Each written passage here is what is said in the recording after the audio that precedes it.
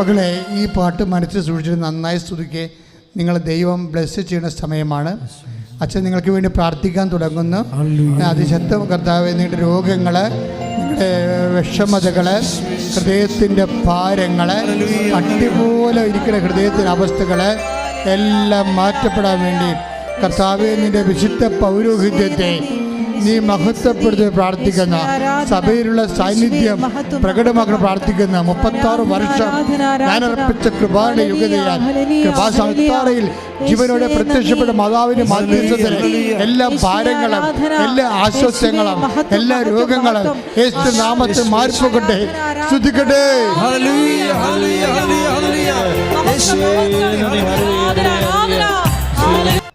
അപ്പോൾ എന്താ പ്രശ്നം വെച്ചാൽ, ഒരു ടൈം കഴിയുമ്പോൾ അവകാശം ഔദാര്യത്തിൻ്റെ രീതിയിൽ നിറം മാറാൻ സാധ്യതയുണ്ട്. അവകാശത്തിന് നിറം മാറ്റം ഭയങ്കര സീരിയസ് വിഷയമാണ്. ഉടമ്പടിയിൽ വ്യക്തികൾക്ക് സംഭവിക്കുന്നതാണ്. അവരവകാശത്തിന് ഔദാര്യത്തിൻ്റെ വില കൊടുക്കുമ്പോൾ അതിന് നിറം മങ്ങും. ഔദാര്യം അവകാശമല്ലല്ലോ. അപ്പോൾ സംഭവം ഇപ്പോൾ ജോലി, വീട്, വിവാഹം ഇതൊക്കെ താമസിക്കുകയാണെങ്കിൽ തീർച്ചയായിട്ടും നിങ്ങൾക്ക് അവകാശബോധം പോയിട്ട് ഔദാര്യബോധം വരും. അവകാശത്തെ നിറം മങ്ങും. ഇതാണ്. പക്ഷേ ഇത് മങ്ങാതിരിക്കാൻ എന്താ ചെയ്യേണ്ടത്? അവകാശം ഔദാര്യത്തിൻ്റെ അവസ്ഥയിലേക്ക് അധപ്പതിക്കാതിരിക്കാൻ എന്താ കാരണം? എന്താ? ആന്തരിക നേത്രങ്ങളെ പ്രകാശിപ്പിക്കണം. അതാണ് എഫേസ്യർ 5:1-18. ഒന്ന് വായിച്ച് ശ്രദ്ധിക്കട്ടെ. ഹല്ലേലൂയ. ഏത് തരത്തിലുള്ള പ്രത്യാശയിലേക്കാണ് അവിടുന്ന് നിങ്ങളെ വിളിച്ചിരിക്കുന്നതെന്ന് അറിയാനും വിശുദ്ധർക്ക് അവകാശമായി അവിടുന്ന് വാഗ്ദാനം ചെയ്തിരിക്കുന്ന മഹത്വത്തിന്റെ സമൃദ്ധി മനസ്സിലാക്കാനും നിങ്ങളുടെ ആന്തരിക നേത്രങ്ങളെ അവിടുന്ന് പ്രകാശിപ്പിക്കട്ടെ. അപ്പൊ ഈ ആന്തരിക നേത്രങ്ങള് ഉടമ്പടിയുടെ ഒരു പ്രധാനപ്പെട്ട, നമുക്കറിയാലേ, നിങ്ങൾ പറയണ പോലെ ഉടമ്പടി അത്ര സിമ്പിൾ അല്ല. കാര്യം ലാഗ് ചെയ്യുന്ന വിഷയങ്ങളുണ്ടെങ്കിൽ, അല്പം ദൈർഘ്യം വേണ്ട വിഷയങ്ങളുണ്ടെങ്കിൽ അതിനെ കൗണ്ടറാക്ട് ചെയ്യാൻ നമുക്ക് വേണ്ടത് ആന്തരിക നേത്രങ്ങളെ പ്രകാശിപ്പിക്കുകയാണ്. കൈ നെഞ്ചത്ത് വെച്ച് പ്രാർത്ഥിക്കുക. കർത്താവ് ദൈവമേ, എൻ്റെ ജീവിത അവസ്ഥകള്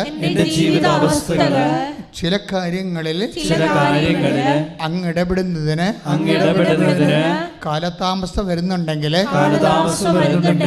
അതിനെ മനസ്സിലാക്കാൻ എൻ്റെ ആന്തരിക നേത്രങ്ങളെ അങ്ങ് അഭിഷേകം ചെയ്യണമേ. ശ്രദ്ധിക്കട്ടെ.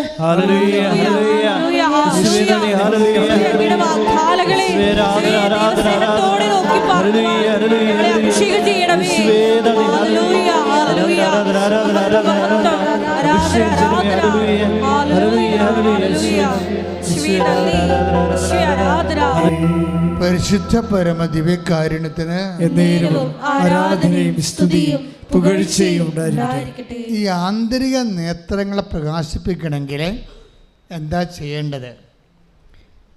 അതായത് ആന്തരിക നേത്രത്തെ പ്രകാശിപ്പിക്കുന്ന ഒരു കാര്യം, നമ്മുടെ ഇപ്പം നിങ്ങൾക്ക് കാഴ്ച പ്രാപിക്കാൻ കണ്ണിൽ എഴുതാനുള്ള അഞ്ജനം എന്നോട്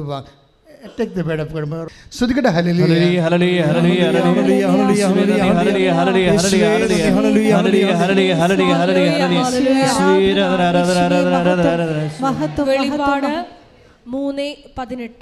വെളിപാടിന്റെ പുസ്തകം 3:18 കാഴ്ച ലഭിക്കുന്നതിന് കണ്ണിൽ എഴുതാനുള്ള അഞ്ജനം എന്നോട് വാങ്ങുക.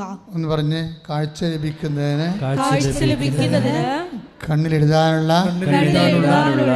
അഞ്ജനം എന്നോട് വാങ്ങുക. ഈ അഞ്ജനം എന്താ? അത് ദൈവിക പുണ്യങ്ങളായി. ശരിക്കും പറഞ്ഞ നിന്റെ ആത്മാവിൻ്റെ കണ്ണിൽ എഴുതി കണ്ണ് തെളിച്ച് തരുന്നത് ദൈവസ്നേഹം കൊണ്ടാണ്. ദൈവത്തെ സ്നേഹിക്കുമ്പോഴാണ് നമ്മളെല്ലാം വ്യക്തമായിട്ട് കാണുന്നത്. സ്നേഹിക്കാത്തവൻ ദൈവത്തെ അറിഞ്ഞിട്ടില്ല. കൈയിടിച്ച് കർത്താസുലല്ലോ. Take the word of God. Hallelujah. വായിച്ചോളൂ. 1 യോഹന്നാൻ 4:8. 1 യോഹന്നാൻ 4:8. സ്നേഹിക്കാത്തവൻ ദൈവത്തെ അറിഞ്ഞിട്ടില്ല, എന്ന് പറഞ്ഞേ. കാരണം ദൈവം സ്നേഹമാണ്. ഒന്ന് പറഞ്ഞ സ്നേഹിക്കാത്തവൻ ദൈവത്തെ അറിഞ്ഞിട്ടില്ല, കാരണം ദൈവം സ്നേഹമാകുന്നു. അപ്പൊ ദൈവത്തെ അറിയുക,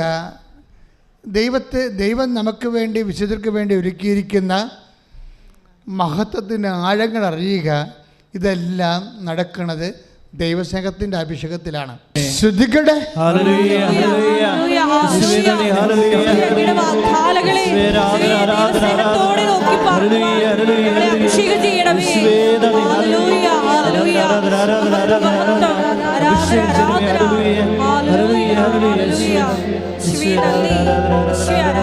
പരിശുദ്ധ പരമ ദിവ്യകാരുണ്യത്തിന് ആരാധനയും സ്തുതിയും പുകഴ്ചയും ഉണ്ടായിരിക്കട്ടെ.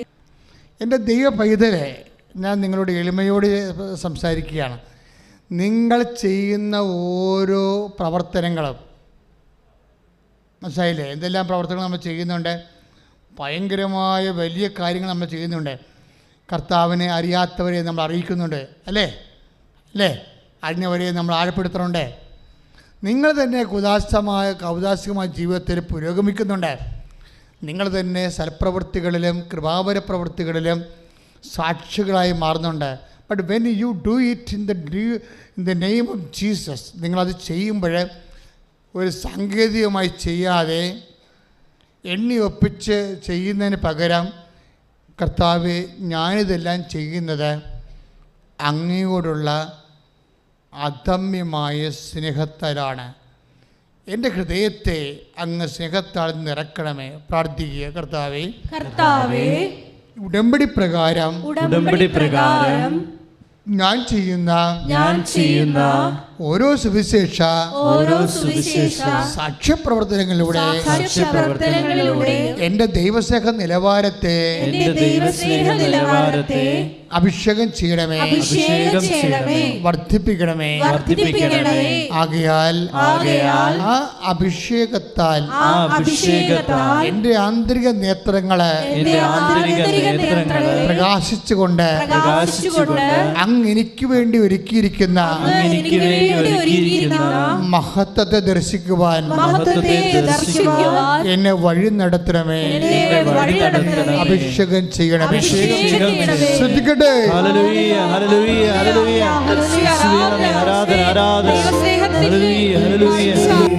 പരിശുദ്ധ പരമ ദിവ്യകാരുണ്യത്തിന് മക്കളെ, ഇതുപോലെ ശ്രദ്ധിക്കുക. ഇത്തരം ദൈവസ്നേഹമില്ലാതെ ആണ് നിങ്ങൾക്ക് വേണമെങ്കിൽ ഈ ഉടമ്പടിയുടെ കാര്യങ്ങൾ ചെയ്യാൻ പറ്റും. ഒരു ദൈവസ്നേഹവും ഇല്ലാതെ സാങ്കേതികമായിട്ട് ന്യൂമറിക്കലായിട്ട് ചെയ്യാൻ പറ്റും. ചില ആൾക്കാർ, ഞാൻ പറഞ്ഞിട്ടില്ലേ, പത്രം കൊടുക്കണതൊക്കെ എണ്ണി കൊടുക്കും. 4, ഇനി 4 പത്രമായി, ഇനിയിപ്പോൾ 5-ാമത്തത് അത് ഇവിടെ കൊടുക്കുമാവും. അപ്പോൾ ഇന്ന് ചോറിന് തല ചൊറുക്കും. അപ്പോൾ ഇങ്ങനെ കൊടുക്കണ ആൾക്കാരില്ലേ, ഇത് എണ്ണി ഒപ്പിച്ച് കൊടുക്കണമെന്ന് പറഞ്ഞാൽ അവർക്ക് ദൈവസ്നേഹമില്ല. അവർ ഉടമ്പടി എടുത്തതിൻ്റെ പേരിൽ ആരൊക്കെ പറഞ്ഞിട്ട് എന്തൊക്കെ ചെയ്ത് കൂട്ടുകയാണ്. ആരൊക്കെ പറഞ്ഞിട്ട് എന്തൊക്കെ അവർക്ക് പേഴ്സണൽ കൺവിക്ഷൻ ഇല്ല, പൂർണ്ണ ബോധ്യമില്ലാത്തപ്പോൾ എന്താ സംഭവിക്കാൻ പോകണമെന്ന് ചോദിച്ചു കഴിഞ്ഞാൽ ഈ വക്രത ഉണ്ടാകും കൂടുതൽ. നിങ്ങൾക്ക് ബോധ്യമില്ലെങ്കിൽ പിന്നെ നിങ്ങൾക്കുണ്ടാകാൻ പോണത് വക്രതയാണ്. വക്രത എന്ന് പറയുന്നത് വളവ്. അതുപോലെ തന്നെ വക്രതയുണ്ടാകും. പിന്നെ എന്താണ് ഇതിൻ്റെ കൂടെ ഉണ്ടാകുന്നത്? അവിശ്വസ്തതയുണ്ടാകും. നിങ്ങൾക്ക് ദൈവസ്നേഹമില്ലെങ്കിൽ ഒന്നും ഉണ്ടാവത്തില്ലെന്ന് നിങ്ങൾ ധരിക്കരുത്. നിങ്ങൾക്കുണ്ടാവും, വക്രതയുണ്ടാവും. എന്താ കാര്യത്തിൽ ദൈവത്തെ എങ്ങനെ പറ്റിക്കാം, ദൈവത്തെ എങ്ങനെ സൂത്രപ്പണി കൊണ്ട് കണ്ണിപ്പൊടിയിടാം, ചെയ്യാൻ പോണ ശുശ്രൂഷയെ എങ്ങനെ ലോകത്തിൽ ചെയ്യാൻ പറ്റും. എന്നിട്ട് ഇപ്പോൾ തന്നെ ഞാൻ ഉദാഹരണത്തില്ലേ, ബന്ധുക്കളെ പോയി കാണുക. രോഗികളെ കാണാൻ പറഞ്ഞ സ്ഥിതിക്ക് നമ്മൾ ഏറ്റവും അടുത്തുള്ള ബന്ധുക്കളെ പോയി കണ്ടിട്ട് വെറുതെ ചുമ്മാ അവിടെ ഇരുന്ന് എന്തെങ്കിലുമൊക്കെ വർത്തമാനം പറഞ്ഞ് പിരിഞ്ഞു പോവുക. ബന്ധുക്കളാണ്, അതാണ് ശ്ലോകത്തിൽ കഴിക്കണമെന്ന് പറയുന്നത്. അപ്പോൾ രോഗികളെ കണ്ടെന്ന് പേരുമാകും, ദൈവത്തിൻ്റെ കണ്ണിൽ പൊടിയും വിട്ട്. ഇതിന് വക്രതയെന്ന് പറയും. വക്രത.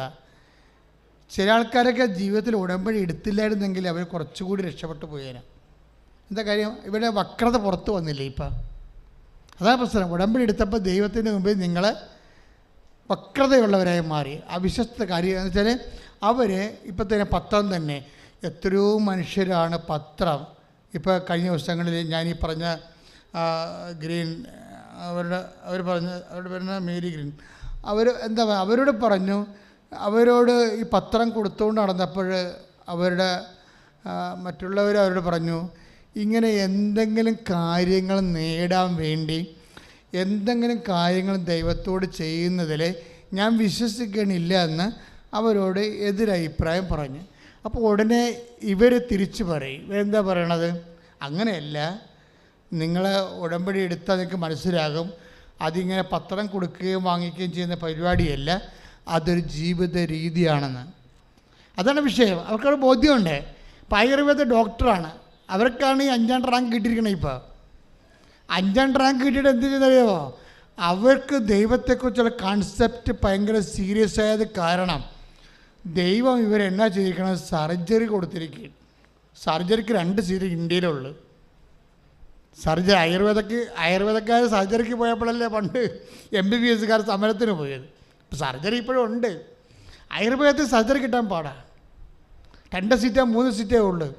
5ാം റാങ്കുകാരത്ത് കിട്ടത്തില്ല. 2ാം റാങ്ക് 1ാം റാങ്കുമാണ് സർജറി കിട്ടണത്. പക്ഷെ അമ്മ ഇവർക്ക് സർജറി കൊടുത്തിരിക്കണം. എന്താ കാര്യം? ഇവർക്ക് ബോധ്യമുണ്ട് സംഭവങ്ങളാണ്.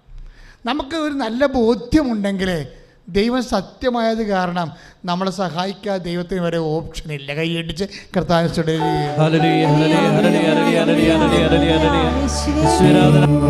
നിയമാവർത്തനം 32:20 ശ്രുതിക്കട്ടെ.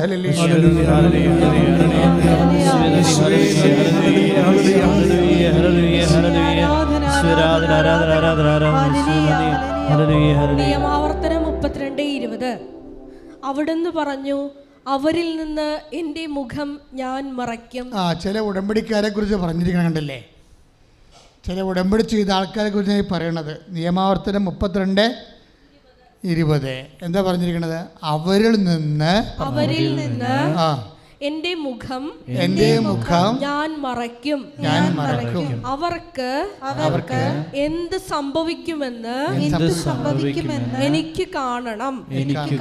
അവർ വക്രവും അവിശ്വസ്തവുമായ തലമുറയാണ്. അത് വക്രതയാണ് പ്രശ്നം. ഇതിൻ്റെ ഉടമ്പടി വന്നിട്ട് വക്രത കാണിക്കരുത്. വക്രത എന്ന് പറയുന്നത് എന്താണ്? വക്രതയുടെ കൂടെ വരേണ്ട സംഭവമാണ് അവിശ്വസ്തത. 32:20 അതാണ്. വക്രത കാണിക്കുന്നവർ അവിശ്വസ്തതയും കാണിക്കും. മനസ്സിലായി? വക്രത കാണിക്കുന്നവർ എന്ത് ചെയ്തും അവിശ്വസ്തത കാണിക്കും. അപ്പോൾ എന്താ വക്രത എന്ന് പറയണത്? കർത്താവിനോട് പറഞ്ഞിട്ടുള്ള കാര്യങ്ങളെ നമ്മൾ വെള്ളം ചേർത്ത് നമുക്ക് പറ്റുന്ന പരുവത്തിലേക്ക് അത് താഴ്ത്തിക്കൊണ്ടുവരും. അത് വക്രത എന്ന് പറയുന്നത്. പക്ഷേ മനസ്സിലായില്ലേ മക്കളെ? ശ്രദ്ധിക്കണേ, ഞാൻ നിങ്ങളെ വഴക്ക് പറയുകയല്ല, നിങ്ങൾ രക്ഷപ്പെടാൻ വേണ്ടി സംസാരിക്കുകയാണ്. കാര്യം ഈ കാലഘട്ടങ്ങളിൽ ദൈവം ഉടമ്പടി നൽകിയത് ഈ വിശുദ്ധ മന്ദിരത്തിലാണ്. അപ്പോൾ ദൈവം ഇവിടെ 24 മണിക്കൂറും കുടികൊള്ളുകയാണ്. 10,000ങ്ങളാണ് ഓരോ മാസവും എന്തൊരു വിശുദ്ധ ജീവിതത്തിലേക്കും സാക്ഷ്യ ജീവിതത്തിലേക്കും വരണത്. പണ്ടൊക്കെ നിങ്ങൾക്കറിയാമല്ലോ, ഒരു ധ്യാനം കൂടിയാൽ എന്തെല്ലാം പാടാ. പിന്നെ നവീകരണ ധ്യാനം കഴിഞ്ഞാൽ പിന്നെ വളർച്ചാ ധ്യാനം കഴിഞ്ഞാൽ ആന്തരിക സൗഖ്യ ധ്യാനം കഴിഞ്ഞാൽ പ്രാർത്ഥന അനുഭവ ധ്യാനം വരദാനങ്ങളുടെ ധ്യാനം, അത് കഴിഞ്ഞ് കൗൺസിലിംഗ് കോഴ്സും ശുശ്രൂഷ കോഴ്സൊക്കെ കഴിയുമ്പോഴാണ് ഒരു മനുഷ്യൻ വല്ലതുമൊക്കെ ദൈവത്തിന് വേണ്ടി ചെയ്യാനുള്ള ബോധ്യം കിട്ടുന്നത്. ഇത് വേണ്ടല്ലേ? ഇപ്പം ഒരാഴ്ചക്കുള്ളിൽ ആളങ്ങടെ മാറുകയല്ലേ, ദൈവം മാറ്റുകയല്ലേ. കൈ അടിച്ച് കർത്താവിനെ